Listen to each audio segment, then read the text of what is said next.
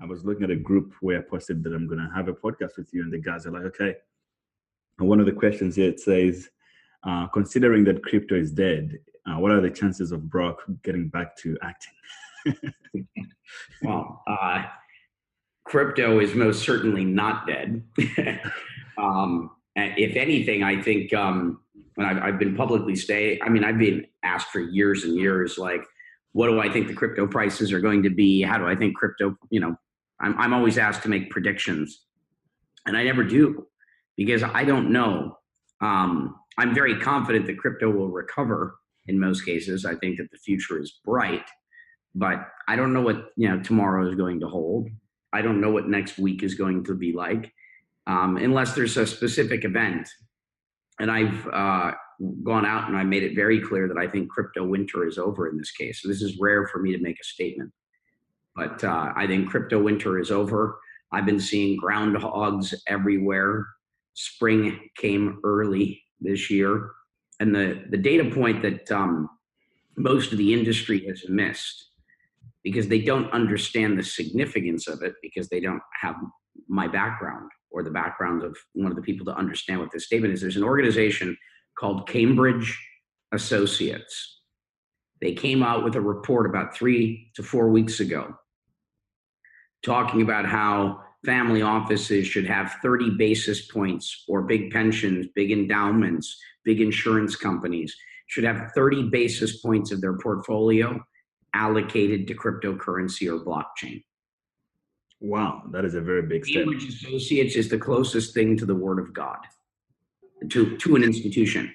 So if you're a pension, if you're Harvard University, or you're an endowment, or, if you're like an endowment like Harvard, or a major insurance company, or any of these organizations that sit on trillions of dollars of wealth, they basically all listen to Cambridge tell them how they should allocate their assets.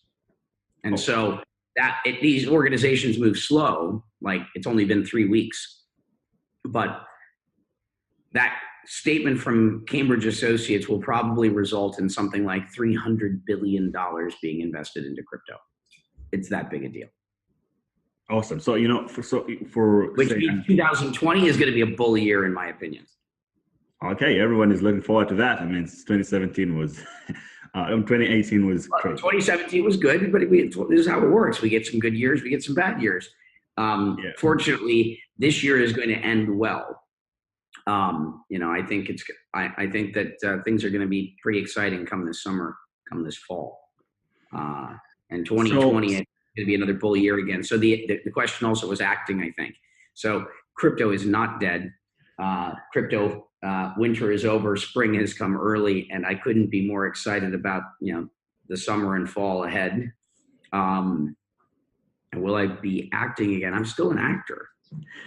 When was the last time were you acting?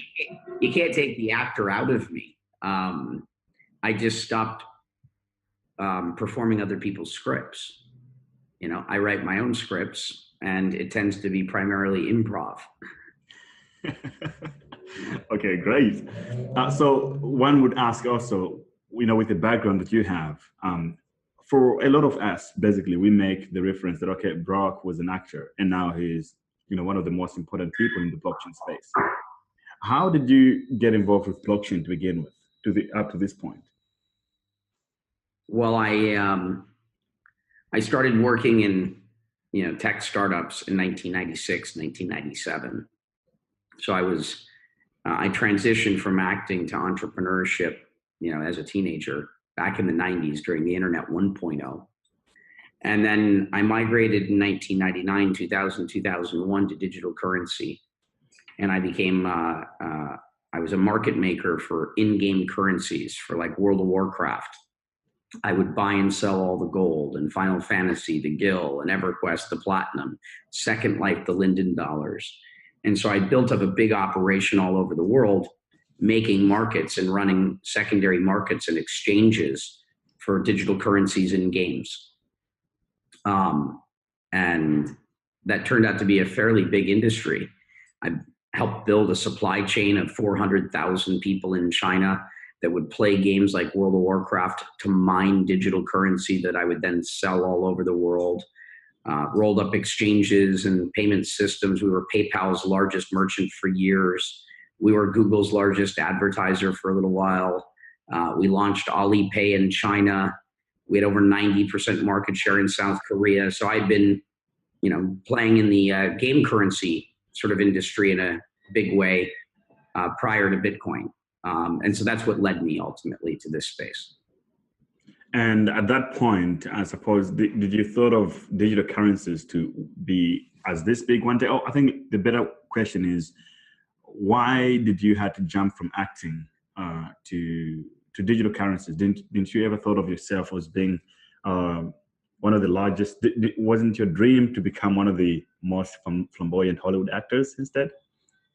Well, I mean, I in the world of acting, I had become a movie star. I was starring in movies. And as a child actor, I had become about as successful as one can be. Sure, if I had been Macaulay Culkin, I would have been more successful. But, I was in that category. I was a star. And I was being offered starring roles in films. I kind of, if life were a video game and I chose to play the acting levels, I kind of beat that game. So, I went out to play another one.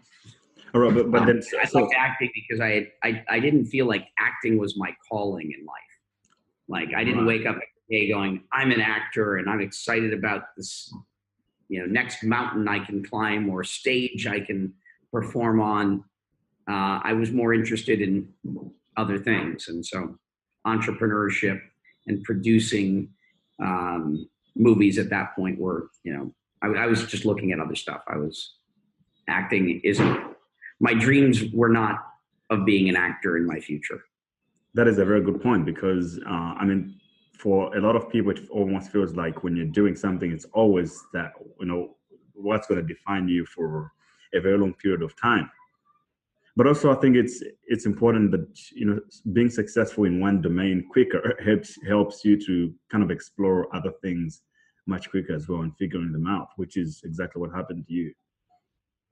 Yeah, no, I was very lucky, very blessed to have had the level of success that I had as an actor. It's very rare. Lots of people try, very few succeed. Yeah. There's a statement by, I think it's Nicholas Taleb. He says, actors and models are waiters, something like that, because he said by the numbers, most of them are serving coffee in San Diego or something. Only a few actually do acting. So it's actually a true statement. Yeah, it's the number of people that want every job, there's thousands of people for every job, that exists. So the odds of, getting work is very low. Very low. So when you came onto Bitcoin, before you thought of it as being a business person, what you could do with it, what was your overview and how it might end? And how long did it take you to be convinced enough that, this might actually be the currency of the future? Well, I've been in digital currencies since, 1999. And I had been very active in building, sort of these economic systems. And so in 2004 and 5 and 6 and 7 and 2008, people would come to me constantly with their ideas of building new digital currencies, of building community currencies, of building loyalty currencies. And so none of this was really new to me. And so I've been following Bitcoin closely since very early on. And it wasn't until about 2012 when I made the decision to focus all of my energy in this area. And so I went full time into Bitcoin and cryptocurrencies and blockchain in 2012. And it wasn't that I hadn't been following it before then. It was that I've learned a little bit about this concept of market timing. And I saw sort of a critical mass of activity and people, showing up and companies and ideas forming. It felt like, that was the time. Because the big question I had when looking at Bitcoin early on is that Bitcoin or something like it was the future. The question is, was the future now or 25 years from now? And in 2012, I made the decision that, all right, this is happening. This is going to work. And once I came to the conclusion it was happening and it was going to work, there's nothing else I could possibly do with my time. I had to work full time on doing what I could to help make this dream a reality. Awesome. Seems like so far so good. And one of the stories that's out there right now that's trending in the cryptocurrency domain is Mt. Gox. You came out saying that, with Gox Rising as a project, that you claim that, reviving Mt. Gox is a very important thing to the entire community. And if it has to come back, it has to come back strongly to become at least the best exchange in the space. But for a lot of people who are new to cryptocurrencies, who maybe heard of Mt. Gox, but they don't have enough context within it, and where you come in, could you just share a little bit of history of what Mt. Gox was and what's happening right now? Yeah, Mt. Gox was a website created in 2007 to buy and sell Magic the Gathering online cards, collectible card game. It pivoted to Bitcoin in 2010, and it was given to a French technology kind of person by the name of Mark Karpeles, I think in early 2011. And Mark then operated that business for a couple of years, and it grew and it grew and it grew. And Mt. Gox was the most important crypto company in the world. It was the most important Bitcoin company in the world. Mt. Gox was responsible for the rise, the big early rises of Bitcoin. It was the primary exchange. It was the only way that most people bought their Bitcoin early on. It was that or you mined them yourself. And so Mt. Gox was, the most important Bitcoin company there had ever been during its time, and bigger than anything could possibly get to today. And so I went to go buy Mt. Gox in 2012 and again in 2013 and to form a joint venture for China. And I did a bunch of stuff around Mt. Gox in the early days. And then in early 2014, Mt. Gox one day announced that they lost all the Bitcoin. And they had they were supposed to have about 1 million Bitcoin in the accounts. And they said, sorry, it's all gone. Kind of like Quadriga that we so far had this year. And so the whole industry is like, it's all gone? How is that possible? And it became a giant nightmare. I called up Mark Karpeles. I said, hey, Mark, I'd like to buy Mt. Gox. And he goes, are you not watching the news? I said, that's why I'm calling. And he goes, and you're still interested? I said, well, this is going to really harm Bitcoin. This is going to set us back years.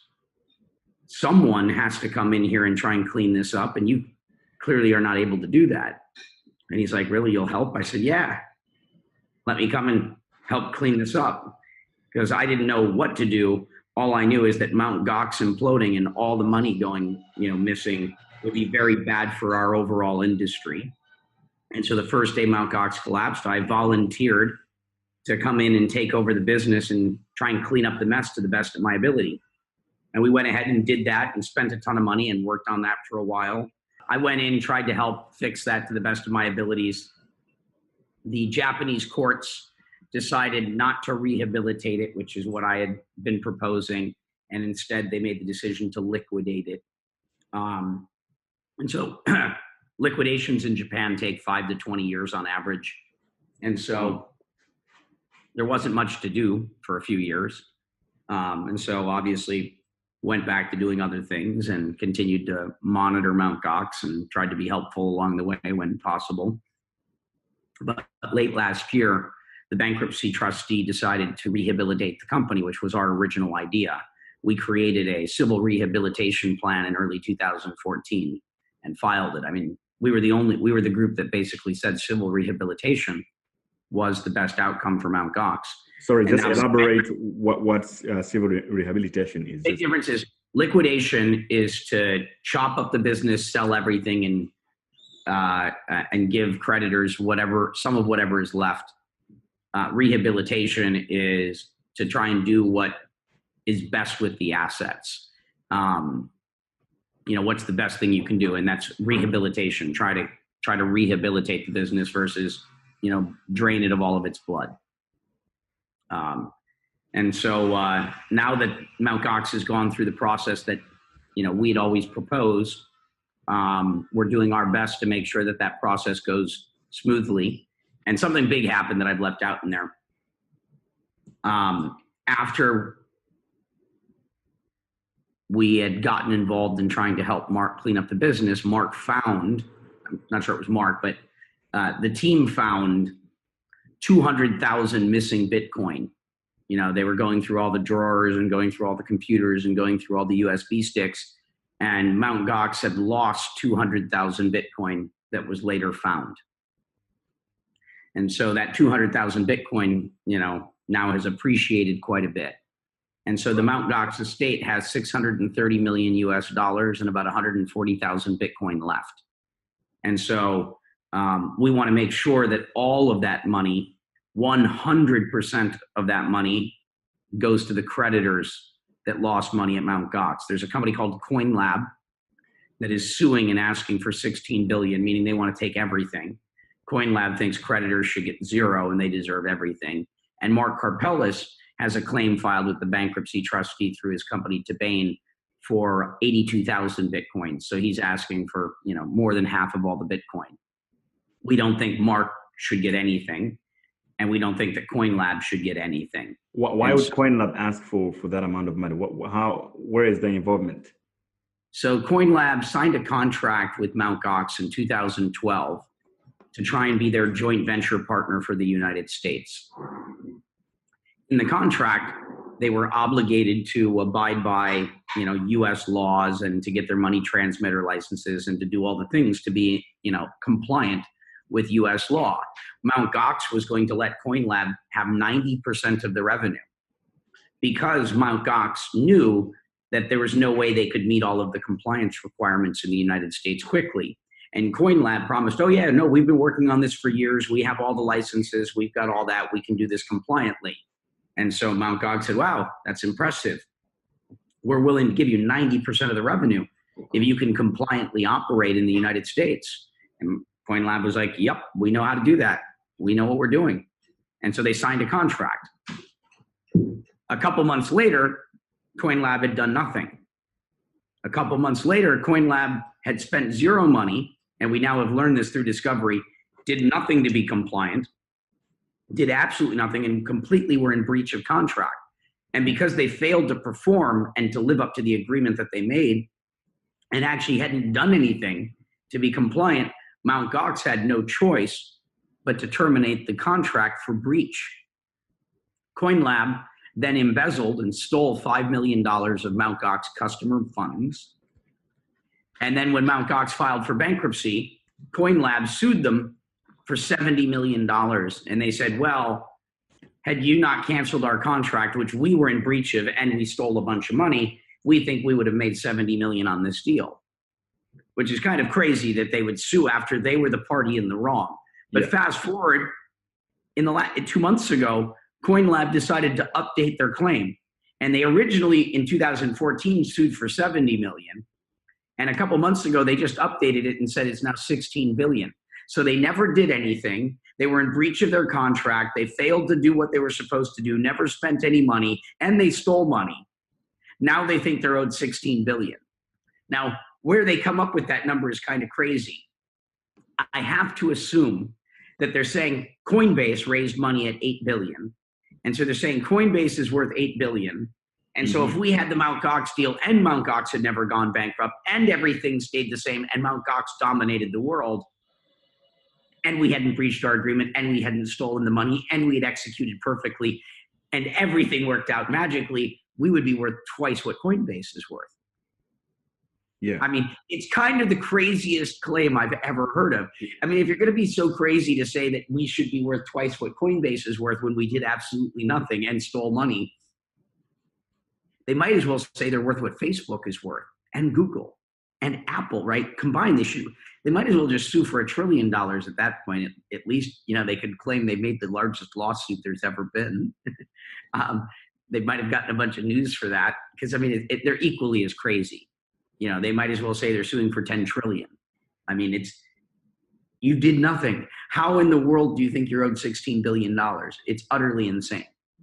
Yeah, sounds insane to me. And one of the things that I've been following this story for a while. One of the things that have been popping up is, especially from Capelli's side, he says, how was the agreement between you and him in terms of how you bought Mt. Gox? Because you claim that you own most of it, right? No.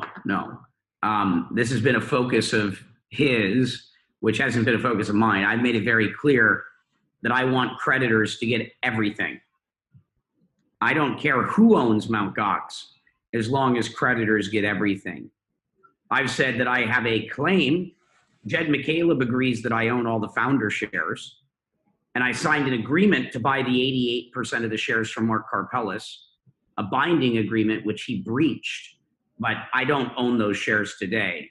I would have to fight for those shares. So I clearly do not own Mt. Gox today. Do I have a claim? Sure. There's only two shareholders, Mark Karpelès and Jed McCaleb. Jed McCaleb, who created the founder of Mt. Gox, who also founded Ripple and also founded Stellar, says, yeah, Brock owns all my shares. That's not disputed by anyone. He said that publicly. How many shares are those? Mark Karpelès, I signed an agreement binding to buy his 88% before I went and spent all the money to try and clean up his mess. And then he breached that contract and failed to do what he was supposed to do to conclude the sale. But no, I don't own his shares today. I have a claim to his shares, but it doesn't even matter. I don't want to own Mt. Gox. I want creditors to get 100% of the money. I'm only interested in the domain name and the brand because I want to relaunch Mt. Gox and I want to protect creditors from Mark Karpelès. He's got a claim filed with the trustee, with the bankruptcy courts today, demanding 82,000 Bitcoin. He wants more than half the Bitcoin for himself. That's with the courts filed today. Fact. Wow, that's why I think he cares so much about that statement. When I said I have a claim, that was just a comment. It wasn't a big part of the story. What I care about doing is creditors getting everything and relaunching the exchange and changing the narrative. But somehow Mark Karpelès has made my comment about I have a claim to the ownership. Mark Karpelès and his friends have all focused on that statement. And I have to assume the only reason they care so much is it affects his 82,000 Bitcoins. If I own that equity, then Mark doesn't get those 82,000 Bitcoins. Correct. And so that's why I think that's become such a big debate.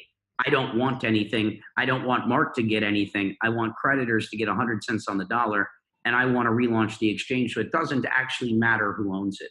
Did you went? I know Mark cares because Mark wants those 82,000 Bitcoin. That's why he cares so much, in my opinion. But you went to see him. I wonder what that conversation was like between you guys. I've been kind. Today in Japan time is his sentencing hearing. He might be going to prison today for 10 years. For the charge that they're sentencing him for was embezzlement. So the Japanese courts have convicted him of stealing $3 million of customer funds, where he was using the customer accounts to pay his bills. Like he wanted new furniture in his house, he would use customer accounts to buy furniture and wire money out to himself, not salary. He was just using all of the Mt. Gox customer funds as his personal piggy bank. And that's what the Japanese courts convicted him of. He's been convicted.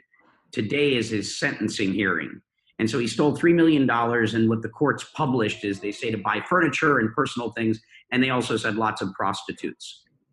And so he's going to be sentenced to up to 10 years in prison today. So I don't really want to, I have some sympathy for the poor guy. He already did a year in prison. He just got out. Now he's about to go back for another 10, and they might then, who knows what they're going to charge him with next. He might be spending the rest of his life in prison for what happened here. Right. So, it seems like, and back in the day, in those days, it's not even far back, but it seems like there was a lot of mismanagement, or the way the companies in the blockchain space were a little bit crazier than they are now.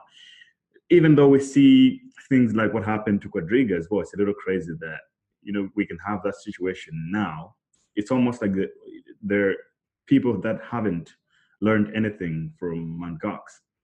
Yeah, no, it's horrible that it's like a broken record and this song keeps playing. This is something's got to change. Yeah, no, it's time for some change. So personally, I asked this question to everyone I've interviewed here, from Roger Ver, David Orban. I think I should ask you this question as well. So right now, custody is a very serious thing in crypto. We say that we own our own private keys. Your key is your money, which is great. But there haven't been a solution in terms of what happens when the token holder dies. And all these protocols that are coming out, I don't think that any of them has been focused on that at all, in which we can already estimate at this point that there's a lot of Bitcoins or a lot of tokens that have just been lost. Money value lost for nothing because the token holder passed away. I haven't been following with the Quadriga stuff at this point. I don't know exactly what was the truth on that. But what is your solution to that problem? What have you done personally to make sure that you have everything in order?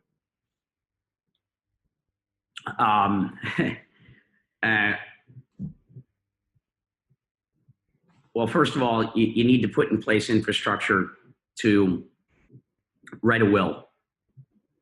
Make sure you have your last will and testament written, and you can store those private keys, or better yet, multi-sig sort of infrastructure across multiple parties.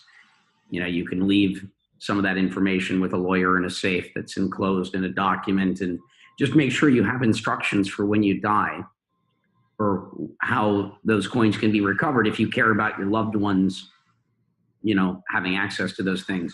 And if you're a professional and you run a business, you have to make sure that you have a plan in place that, God forbid, something happens to you, that your customers are taken care of. If it's your own personal money and you want to mismanage it and lose it, that's your prerogative.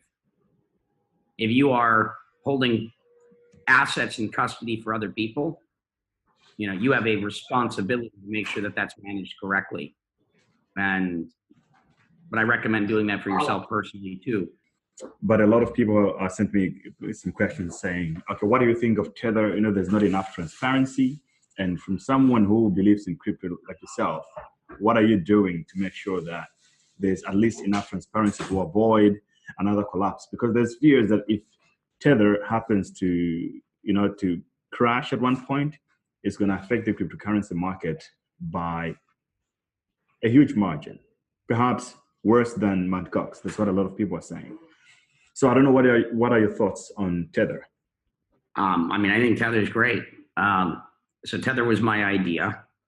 I was one of the founders, and I pulled the team together and the resources to build and launch Tether. I wasn't very involved following. I start lots of things. I've started dozens and dozens of companies. So, I normally have ideas, and I pull management teams together, and I pull resources together, and then let them build and go. In the case of Tether, we sold the business early on. And so I've had no formal involvement with the company since somewhere in between 2015 and 2016. I'd have to check the dates. But I haven't been involved for years. I had no idea that you actually started it, that it was your idea. I thought you were just a board member or something. No. At the time, everybody thought I was crazy, because I would pitch all my friends in crypto. I'd be like, I'm going to put the US dollar on the blockchain. Here's why. And everybody's like, that's a horrible idea. I said, I think it's actually kind of important. We need the ability to move, a stable currency from exchange to exchange. And I had a whole lot of, ideas as to where that would go. But no, I think Tether's great. I think Tether has been, its trading volume is on par with Bitcoin. It exceeds Bitcoin often these days as the most traded coin. It's doing about $3 trillion a year, $3.5 trillion a year of transactional volume right now. That's kind of crazy numbers. Mm-hmm. I mean, I've done lots of billions in my life. I've never done trillions. So Tether, Tether is, a business I started that's doing trillions of dollars of, its total transaction volume is probably close to exceeding 10 trillion. I mean, these are big numbers. So there's a question. A very, very important role in the industry. I know Tether gets a very bad rap, but I know quite a bit about the business. I have no formal role, so I don't have information rights. I can't go demand things, but I know a lot about the business as its creator. I've never seen anything that has given me any reason to believe they don't have the money. That doesn't mean they don't. I'm not saying they do, but I'm pretty sure they do. I have no reason to believe otherwise. And it looks like there's about 5 accounts on Twitter that have been paid by someone. I just got the identities of some of them finally. And what they've been doing is they've been creating all this sort of Tether FUD. So Bitfinex is affiliated with Tether. And Bitfinex was the #1 exchange in the world when Tether started being given a very hard time. And so people were going, oh, Tether, oh, Bitfinex bad, and causing Bitfinex to lose customers. So my guess is that most of that FUD has been created by a competitive exchange paying people to create controversy. That's my opinion. And now that I've got the identities of some of these people, I might have evidence soon as to who did it. I might sue some people because I'm curious. Not because I want anything, but Tether has been one of the greatest businesses ever built in crypto, one of the most interesting businesses ever created in the world. And it hasn't done anything wrong, provably wrong yet, to be given such a bad rap by people that are literally paid to create and spread lies and misinformation. I'm not saying Tether is perfect. Clearly, they could be more transparent. Clearly, I'd love to see them audited. But how many Bitcoin exchanges are audited? Mm-hmm. Do you know? No. Like, it's basically none of them. And so this is the problem that people have is I would like to see Tether audited. It's hard.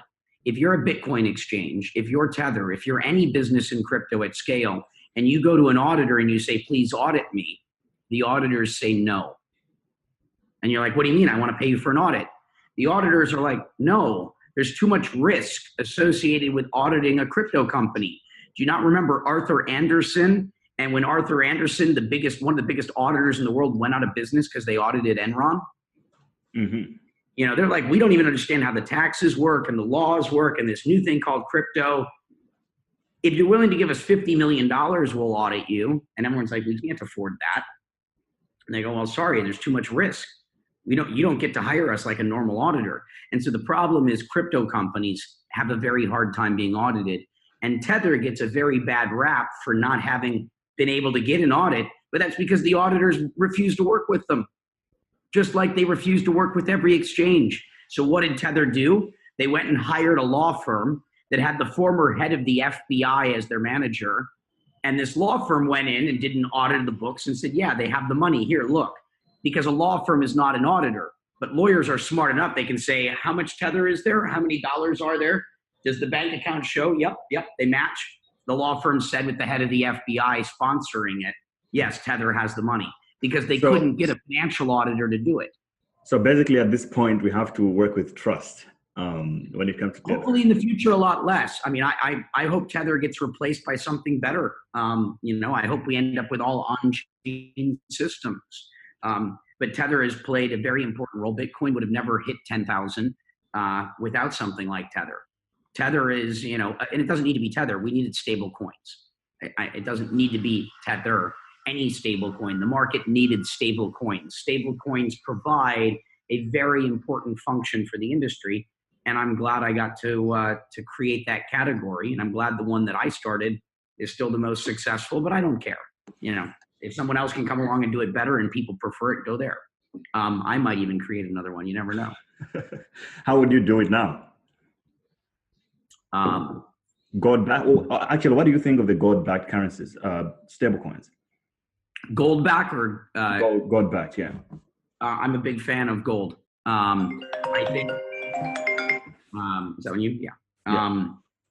I think that in the future, I think gold, tokenized gold is great. I mean, we had e-gold and all sorts of ideas back before Bitcoin that were very interesting.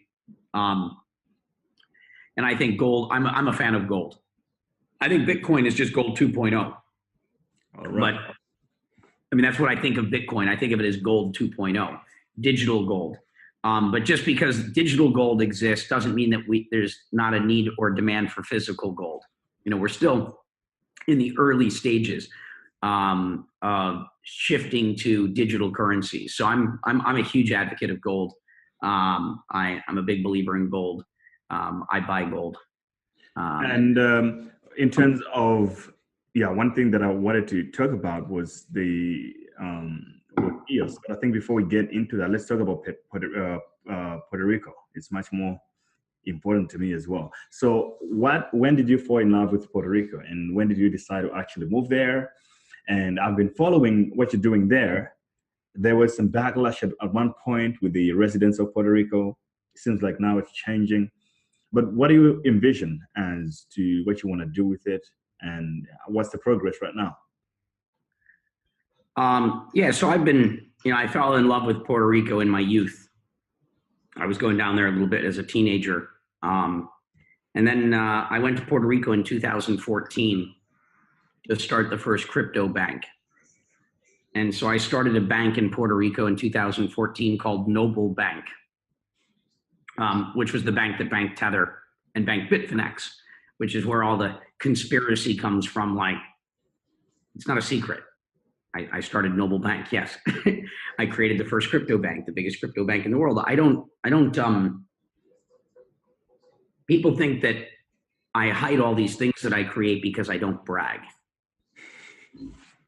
Because I don't go on a stage and say, "Hey, I'm Brock, and yeah, I started Tether, and I created the first crypto bank, and I did this, and I did this, and I did this." That's not like how I present myself. Instead, I like talking about ideas. And so I went down to Puerto Rico to do that originally. And I made a decision to move down to Puerto Rico as a result of that process. And I started telling my friends that we should move to Puerto Rico in like 2016.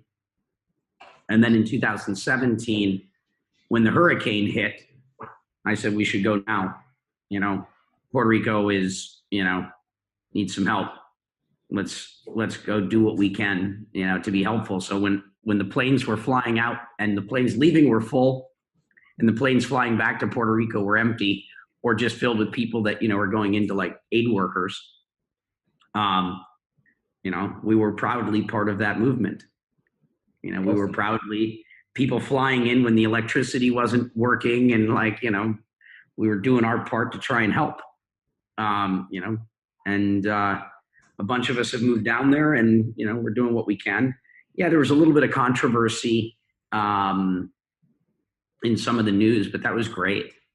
I've never really had any problems with any of the people down there. Puerto Rican people are amazing. I love Puerto Rican people. And the only time we ever had an issue is when the camera was rolling.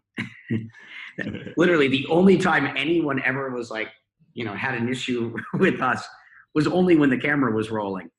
And that's because, people want their moments of fame, right? Right. What people do when there's a camera rolling and what people do when the camera is not rolling are very, very different. I know. I walk around with a GoPro usually sometimes, and I get that all the time. When the camera, they give it reaction. Yeah. And so, but it was good. I was actually with the journalist who made that Guardian piece, the video that has like a couple of women very angry. I was with the guy yesterday that did that piece, and we were talking about it. And he's like, I feel so bad. My editors changed it because the people that made that story saw what was really happening. And he's like, the work that you guys are doing, it's one of the most, it's touched my heart as much as, almost anything I've ever seen. And I feel so horrible that piece was modified and presented the work that you're doing. They deleted all the great stuff and this and that, and it didn't tell the story as we all wanted it to be made. He goes, I'm spending the next 2 years to make a full movie about it because I want to see this done right. And he felt so bad. I'm like, don't worry, it's all good. If you hadn't had that controversy, less people would have seen the video. I mean, that's welcome to Hollywood. We need a little entertainment. We need some sensationalism. And that little argument actually probably made that video be seen 10 times or 20 times more than it would have been had it just been a puff piece, showing us doing great work and being helpful. That's not what people want to watch. They want a little Jerry Springer. And so thank you. I'm glad you captured that moment. It spread the word, at my expense, but it spread the word. And he's like, you're not angry about it? I'm like, not at all. I think it was good. I think it helped. He's like, all right, because I've been just beating myself up. I felt so horrible that became a big part of this story, which is so not what is happening. It's not what I'm witnessing. I'm witnessing something beautiful happening here. So because of time, I'm just going to rush into the last questions. So, Brock, what do you think when people become wealthy, they become spiritual? What do you think? Yeah, when people become super wealthy, from what I've been saying lately, they become very spiritual. I don't know what is it, and at what point did it happen to you that maybe you have been very spiritual, but now these days you seem you're a very spiritual person in touch with what's happening in the universe. As I've progressed in age, I've become more and more spiritual, but I'm curious about that statement. As people become wealthy, they become more spiritual. I'm just thinking in my own life experience. I'm not sure there's a direct correlation, but I'm curious. I want to spend some more time pondering that. One thing that does happen when people become wealthy is they're no longer like waking up every day worried about paying the bills, right? They're not trapped in this state of mind where they're always worrying about what do I have to do to survive, right? What do I have to do to survive? What do I have to do to survive? What do I have to do to survive? That trap obviously prevents a lot of people from kind of tapping into their spiritual self and connecting with spirit. So that's one benefit of being wealthy is you're freed of that trap. But I've also seen on the other end of the spectrum, something really bad happen is a lot of people wake up every day going, I want to be wealthy. I want to be wealthy. I want to be wealthy. My goal is to be wealthy because once I'm wealthy, I'll be happy. And they think that they associate happiness and wealth. And then all of a sudden they wake up one day and they're like, I'm wealthy, but I'm not happy. I thought having this money was going to make me happy, but I'm not happy. Oh God, now what? And then I see people just completely lose it because they spent their whole life trying to climb this mountain and to get to this peak. And when they get to this peak, they expected they'd be in the promised land and happiness and joy would be there. And then they're really miserable. And the life they've created for themselves because of the compromises they made to get the money have made them miserable people. So I've seen a whole bunch of different things. Yeah, wealth gives people the freedom to think and to be more of whoever they're going to be. But I don't think spirituality is where everybody ends up that has been blessed with abundance. I've seen a lot of wealthy people kill themselves. I mean, it's its own challenge, right? Life is always a challenge. And, we often have this perspective, oh, I wish my life was more like this or more like that. But everything is always going to be a challenge. Life is kind of like a game in that sense. And the question is not the score, not even the results, but how you play. And the most important lesson that I've learned throughout all of this is it's all about integrity. It's about being true to yourself, not compromising your morals, not compromising your ethics, not, taking those shortcuts at the expense of yourself and your soul. Do you think having a relative good amount of wealth allows you to do that much more? Yes and no. I'm not sure wealth. I want to spend some more time contemplating the correlation between the two, because you don't need any. I think money is is a false god.